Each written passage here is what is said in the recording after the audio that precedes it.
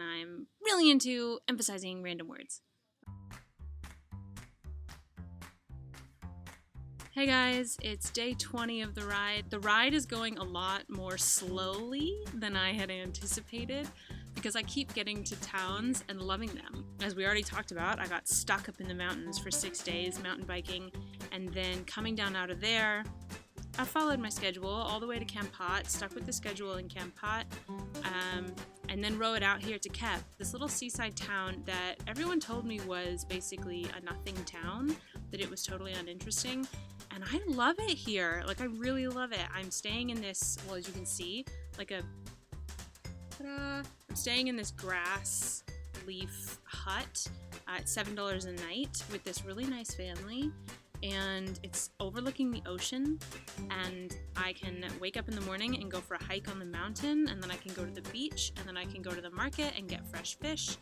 And today I went around and took photographs of all these old mansions, because there's all these houses that were built in the 1960s by this like Art Deco architect that then were destroyed during the Khmer Rouge period and never rebuilt. So there's all these really haunting, deserted houses here. You can read more about that on my blog, because you should be reading my blog. Seriously, tomorrow I'm gonna wake up and start the ride to Phnom Penh. It's gonna be crowded and hectic but whatever.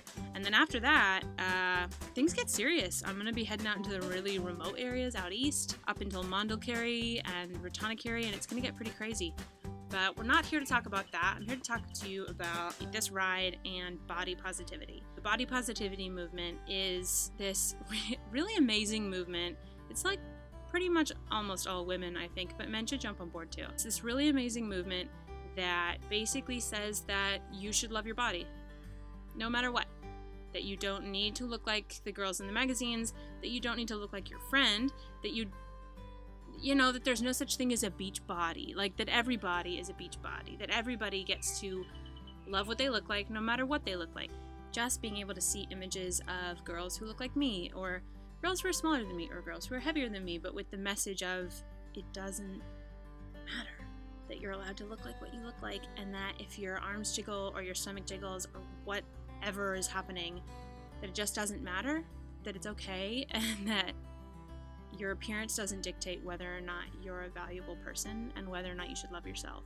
That is something that I have really struggled with, that I have always really struggled with. If you've known me at all, you know this about me. Even in high school, in college, yada yada, I was really self-conscious about my body. I always thought I was overweight. And then obviously in Korea, I got an eating disorder and was anorexic for a little while, or not diagnosed anorexic, but you know, I had an eating disorder. And then since then, it's been this sort of roller coaster of like binge eating and just hating myself and et cetera, et cetera, et cetera.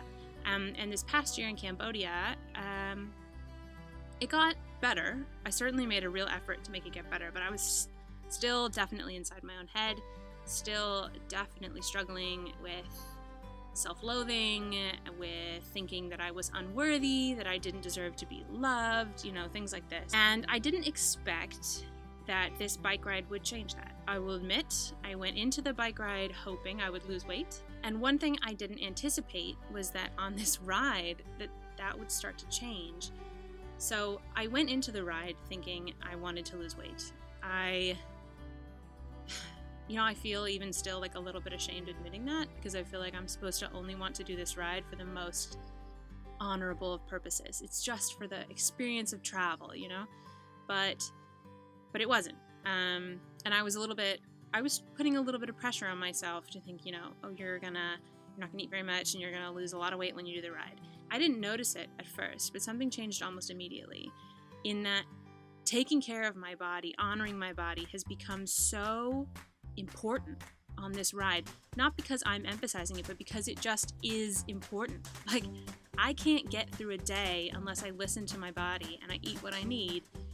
And I can't deprive myself, because if I deprive myself, then I can't get from point A to point B. And the other thing that I've noticed happening is that as I push myself up and over these mountains and through these long days that I thought I couldn't do, and at the end of the day I look back and it's like, I did that. Like, hell yeah, like me and my body, we did that. Oh my God.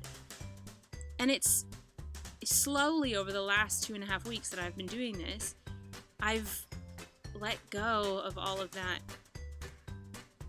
bullshit, basically, that I had attached to my body. This desire to lose weight, this desire to be better, to be prettier, to be, perfect. It's faded away. It's gone into the background. Do I still think about it sometimes? Yeah, obviously. But it's so much less important. And maybe that's because what is important is just like getting enough food. This desire to have the perfect body and to do this bike ride as a form of weight loss has kind of faded away. And it's being replaced by this really positive feeling towards myself, which is something that I don't usually feel. Usually I'm filled with this sort of, you're not good enough, you need to work harder, kind of, I push myself really hard, but it can get to a negative place. To do this ride, my body is working at 100%. And it's forcing me to respect that and to meet my body where it's meeting me and to take care of it and to honor it and to feel really fucking strong and really positive. I'm doing this thing. I'm doing this thing that honestly I didn't think I could do. If I had known how hard this was going to be, I don't know if I would have even started. Like, it's so physically draining. And yet I feel so awesome at the end of every day. And I feel in love with myself. And so just like proud of myself and so positive about the whole thing. And I didn't expect that. I didn't expect that.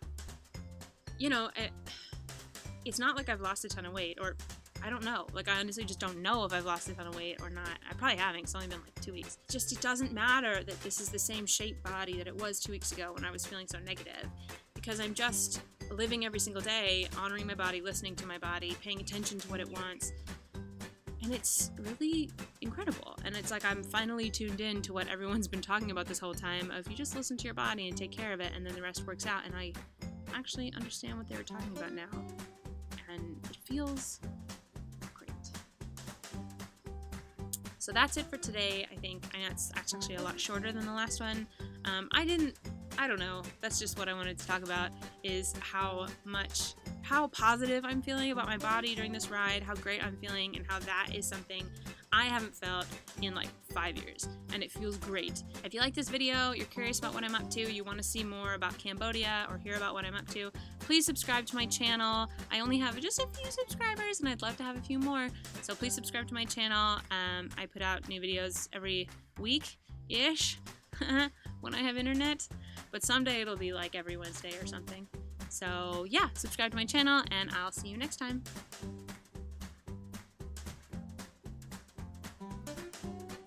Read my blog.